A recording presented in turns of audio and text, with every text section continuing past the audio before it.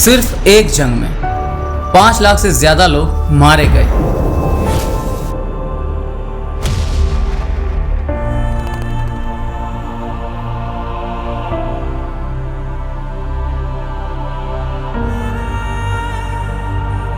दस लाख से ज्यादा लोग अपंग हो गए।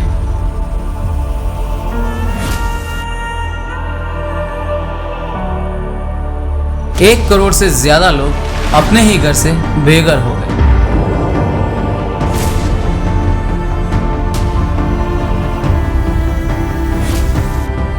हजारों स्कूल, अस्पताल और शहर पूरी तरह से बर्बाद हो गए। और ये सब हुआ हमारे ही दौर में, हमारी ही आंखों के सामने। ये कोई इतिहास की किताब नहीं है, ये है रशिया और यूक्रेन के बीच की जंग,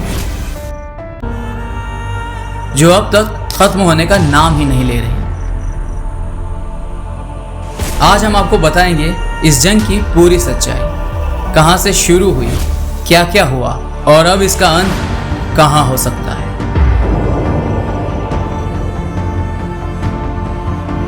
सब कुछ शुरू हुआ 2014 में, जब रशिया ने क्रीमिया नाम का इलाका जबरदस्ती यूक्रेन से छीन लिया। रशिया का कहना था वहाँ ज्यादातर लोग रशियन भाषा बोलते हैं और वो इलाका उनका है। यूक्रेन ने इसका विरोध किया, लेकिन रशिया ने सेना भेजकर क्रीमिया पर कब्जा कर लिया। इसके बाद यूक्रेन के डोनबस रीजन में लड़ाई शुरू हो गई, जहां रशिया समर्थक अलगाववादी और यूक्रेनियन सेना आमने सामने आ गई।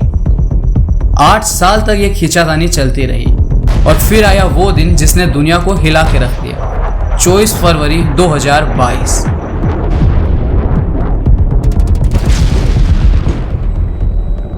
सुबह सुबह रशिया ने यूक्रेन पर पूरी तरह से हमला कर दिया।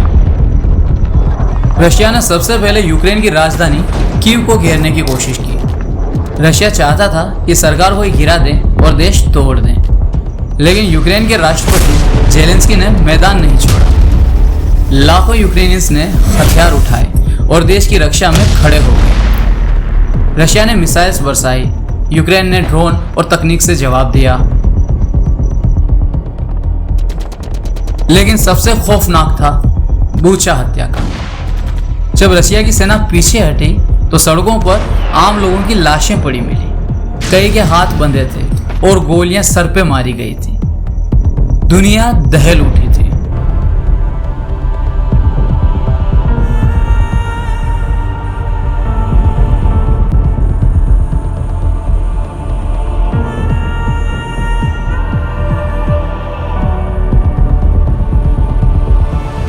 रशिया के पास टैंक्स, मिसाइल्स, मैन पावर ज्यादा थी, लेकिन यूक्रेन के पास था जज्बा, रणनीति और दुनिया का सपोर्ट। रशिया ने कई इलाके जीते, पर यूक्रेन ने भी उन्हें पीछे धकेला। अब तक की लड़ाई में किसी को भी साफ जीत नहीं मिली, पर नुकसान यहाँ पर सबका हुआ है।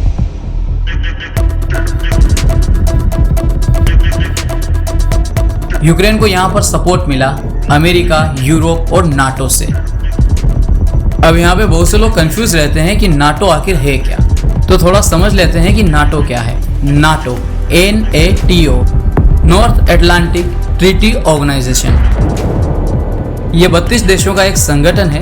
अगर किसी एक पर भी हमला होता है तो सब मिलकर उसका बचाव करते हैं। रशिया चाहता था कि यूक्रेन कभी भी नाटो का हिस्सा ना बने, क्योंकि उसे डर था अमेरिका उसकी सीमाओं तक पहुंच जाएगा।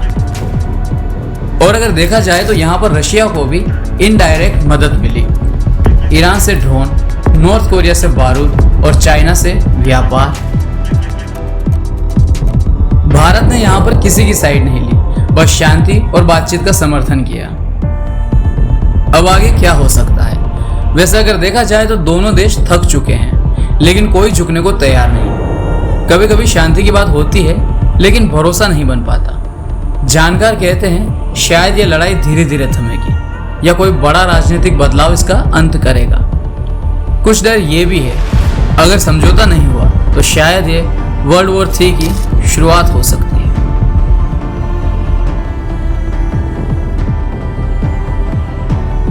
वैसे दोस्तों देखा जाए तो ये जंग सिर्फ 2 देशों की नहीं है, यह है ताकत की लड़ाई,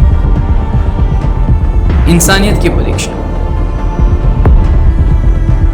इसका असर पूरी दुनिया पे पड़ रहा है। महंगाई, तेल की कीमतें, गैस संकट, अनाज की कमी, हर आम इंसान तक ये जंग पहुंच चुकी है।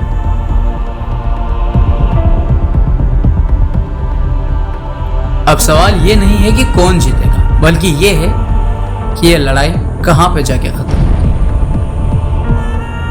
दोस्तों कमेंट बॉक्स में बताओ आपको क्या लगता है, क्या ये जंग कभी खत्म होगी?